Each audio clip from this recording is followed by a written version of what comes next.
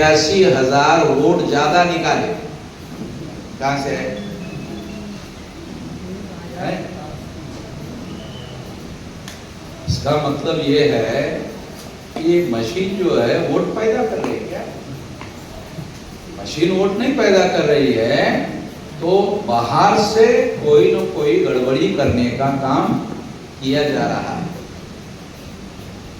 Example के लिए बता रहा हूं, नरेंद्र मोदी के चुनाव में 2019 में जो चुनाव हुआ उसमें जितना वोट हुआ, यानी मान लो 20 लाख लोगों को वोट देने का अधिकार था, 50% लोगों ने वोट दिया, इसका मतलब 10 लाख लोगों ने वोट दिया, तो मशीन से 10 लाख वोट निकलने चाहिए ना।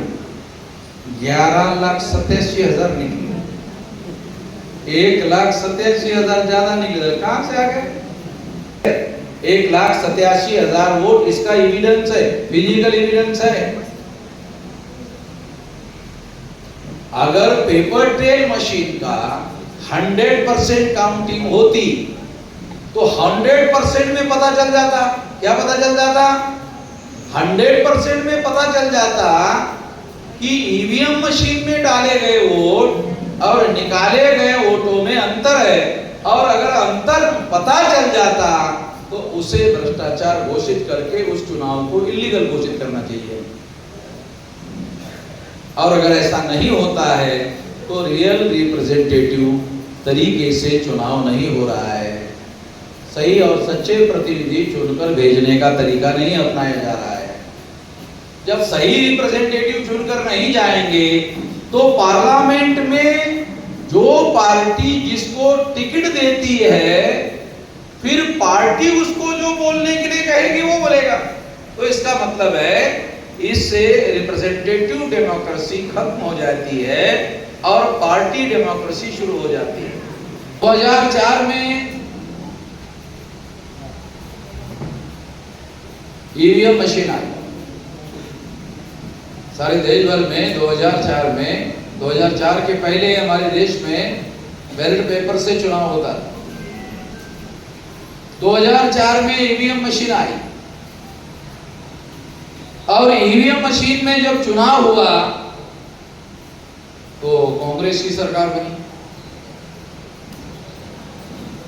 2004 से 2009 को चुनाव हुआ, फिर कांग्रेस चुनकर आई और 14 तक फिर उनकी ही सरकार रही। जब ईवीएम मशीन का जब उपयोग हुआ चुनाव में और उसके द्वारा चुनाव हुआ, तो ईवीएम मशीन के बारे में सवाल खड़े किए गए। बीजेपी के लोगों ने, आरएसएस के लोगों ने सवाल खड़े किए और ये सवाल खड़े करने की वजह से ये मामला सुप्रीम कोर्ट में गया। ईवीएम मशीन का मामला सुप्रीम कोर्ट में गया और सुप्रीम कोर्ट में जाने के बाद सुप्रीम कोर्ट ने 8 अक्टूबर 2013 को निर्णय दिया। उस निर्णय में सुप्रीम कोर्ट ने क्या कहा?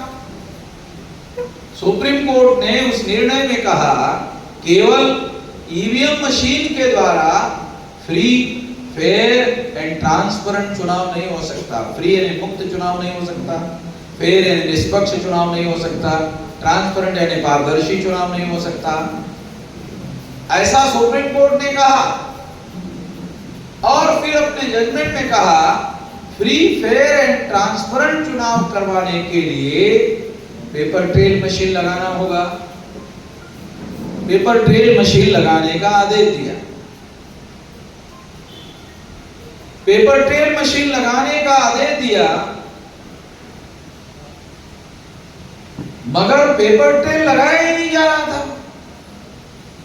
पेपर ट्रेल लगाने का आदेश दिया मगर पेपर ट्रेल लगाया नहीं जा रहा था। तो मैंने सुप्रीम कोर्ट में केस दायर किया चुनाव आयोग के विरोध में, और वो केस था कंटेम्प्ट ऑफ कोर्ट। जब सुप्रीम कोर्ट ने निर्णय दिया पेपर ट्रेल मशीन लगाने का, तो चुनाव आयोग क्यों नहीं लगा रहा है?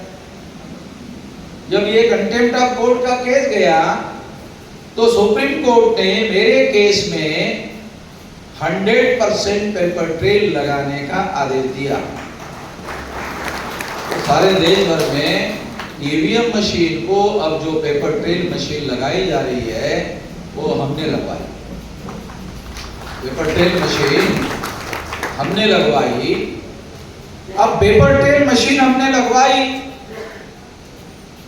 पेपर ट्रेल मशीन लगाने के बाद, क्योंकि ये सारा रिप्रेजेंटेशन के साथ जुड़ा हुआ मामला है, जब तक रिप्रेजेंटेटिव डेमोक्रेसी नहीं होगी तब तक वास्तविक डेमोक्रेसी नहीं हो सकती। वो इसलिए पेपर ट्रेल मशीन लगाने के बारे में हमने लड़ाई लड़ी और पेपर ट्रेल मशीन लगाने का आदेश दिया गया। अब पेपर ट्रेल मशीन लग गई, मगर पेपर ट्रेल मशीन का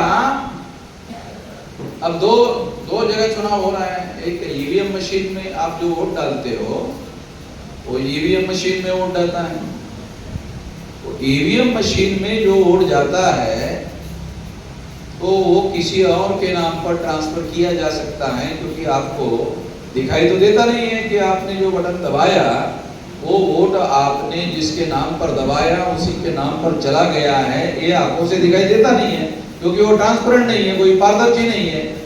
वो पारदर्शिता के लिए पेपर ट्रेल मशीन लगाया। अब पेपर ट्रेल मशीन लगाया, दिखाई दे रहा है,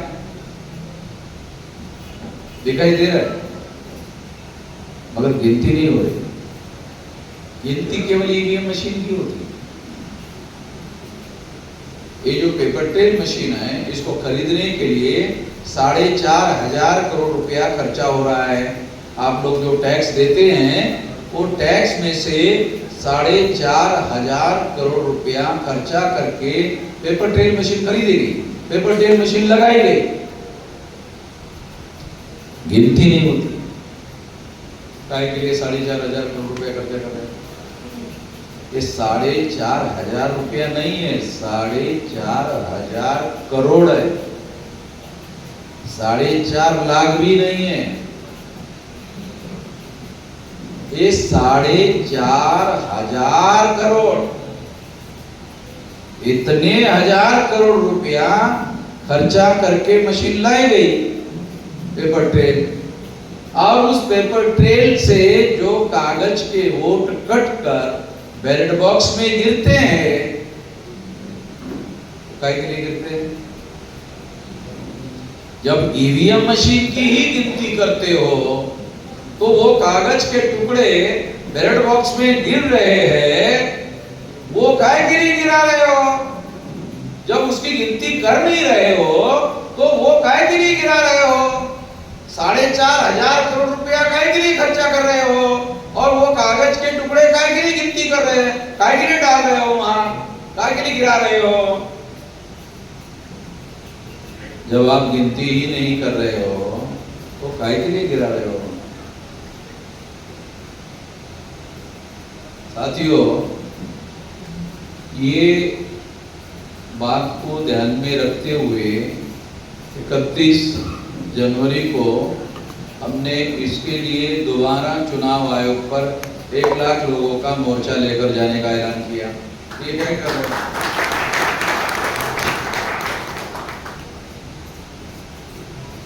1% गिनती होगी, 1% से चोरी कैसे पकड़ी जाएगी? जब तक मुकम्मल तरीके से ये गारंटी नहीं दी जाती, जैसे जितने लोगों ने वोट डाला उसमें से 1% की गिनती हो रही, चलो ठीक है, तो 99% जो लोग वोट डाल रहे हैं उनके वोट का अधिकार भी फंडामेंटल राइट है। तो क्या केवल 1% लोगों के 1% लोगों की जो वोट है उसकी गिनती आप कर रहे हो, केवल उतने ही लोगों का वोट फंडामेंटल राइट है? 99% लोगों का वोट जो है फंडामेंटल राइट नहीं है, उनका वोट भी फंडामेंटल राइट है।